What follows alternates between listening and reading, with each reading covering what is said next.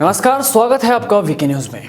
Vaccine कब आएगी, कैसे आएगी, किसको पहले लगाया जाएगा, ये सवाल पूछने वाला शायद कहीं चला गया है, पर इस सवाल ने लोगों के जहन में गहरा असर डाला। लोगों के मन में कई तरह के भ्रम पैदा हुए, विपक्ष ने कई तरह के सवाल उठाने शुरू कर दिए। शायद वो भूल गए कि ये वैक्सीन है कोई पार्टी का मैनिफेस्टो नहीं जो अपने हिसाब से लॉन्च कर दी जाए।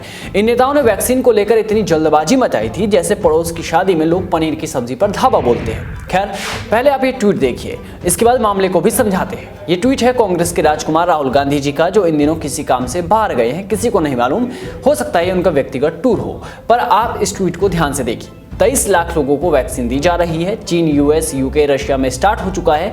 इंडिया का नंबर कब आएगा मोदी जी? ट्वीट की डेट भी देख लीजिए, 23 दिसंबर की है, यानी उनके जाने से कुछ दिन पहले की।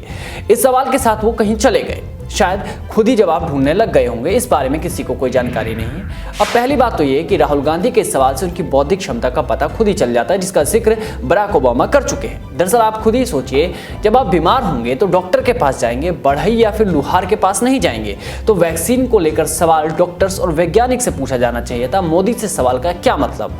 खैर, अब उन्होंने सवाल पूछ ही लिया है तो इस सवाल का जवाब देने का समय आ चुका है। भारत में 2 वैक्सीन को स्वीकृति मिल चुकी है, लेकिन इस वैक्सीन के आने के बाद भी सवालों का सिलसिला भी खत्म नहीं हुआ है।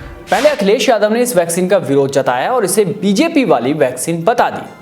हम बीजेपी का वैक्सीन नहीं लगवा सकते, हम बीजेपी का वैक्सीन नहीं लगवा सकते। अब अखिलेश ने जो बात कही वो यूं ही नहीं की गई होगी। इसको साबित करने के लिए हम पहले ही एक वीडियो बना चुके हैं, लिंक डिस्क्रिप्शन में है, देख लीजिए। तो अखिलेश यादव से प्रभावित होकर सपा के एक नेता ने भी अपने विचार सबके सामने रख दिए, खुद ही सुन लीजिए।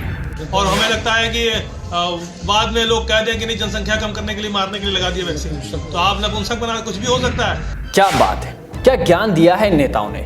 मतलब वैक्सीन से कोई नपुंसक बन जाएगा, महिलाओं की दाढ़ी निकल आएगी, दिमाग का मिजाज बदल जाएगा, वैक्सीन में चिप लगाई गई है। क्या बात है, क्या ज्ञान की बातें बताई जा रही है। अच्छा है, झूठ बोलो, बार बार झूठ बोलो, जो भी बोल सकते हैं सब झूठ बोलो, जहां भी बोल सकते हैं झूठ बोलो, जितनी बार बोल सकते हैं झूठ बोलो, झूठ बोलो, झूठ बोलो। तो आप समझिए कि इस वैक्सीन से क्या क्या हो सकता है इन नेताओं के हिसाब से, जो इस तरह का खोखला ज्ञान बांटे जा रहे हैं। इस तरह की बयानबाजी करना दर्शाता है कि विपक्ष कितना कमजोर है। हालत यह है कि अगर मोदी ने यह कह दिया कि शौच के बाद सफाई करना बेहद जरूरी है, तो भी ये विरोध में उतर आएंगे कि हम ऐसा नहीं करेंगे। अगर मोदी जी ने कह दिया कि आप नाखून ना चबाएं, तो ये पूरा हाथ ही चबा जाएंगे। मतलब समझ रहे हैं आप कि विरोध करना अच्छा है, विपक्ष का काम है, पर विरोध भी तो जायज होना चाहिए ना। इस मुद्दे पर बात किया जाना चाहिए था कि वैक्सीन को लेकर क्या तैयारियां हैं, इसको लगाने के बाद किस तरह के दुष्प्रभाव सामने आ सकते हैं, वैक्सीन को लेकर लोगों को क्या क्या सावधानियां बरतनी चाहिए। पर ये सवाल नहीं उठाए जा रहे। सवाल ये उठाए जा रहे हैं कि वैक्सीन को इतना जल्दी क्यों लाया गया, केंद्र सरकार वैक्सीन लाने में जल्दबाजी क्यों कर रही है। अब खुद ही सोचिए कि पहले ये वैक्सीन कब आएगी करते हुए शोर मचाते रहे हैं, और अब आ गई तो इतनी जल्दी क्यों आ गई, ये सवाल उठाया जा रहा है। अब ये क्या दोहरा रवैया है, इन नेताओं की कथनी कैसी है, करनी क्या है, इसका जवाब हमें नहीं पता। इसका जवाब दिया है संबित पात्रा ने, आप खुद ही सुन लीजिए।